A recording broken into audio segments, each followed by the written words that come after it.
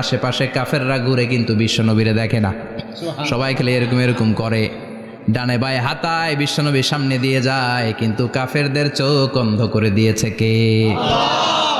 এজন্য কোরআন তেলাওয়াত করলে কাফেরদের চোখকে অন্ধ বানায় দেয় কে? এজন্য সূরার একটা নাম হচ্ছে সূরাতুল মুআইম্মা।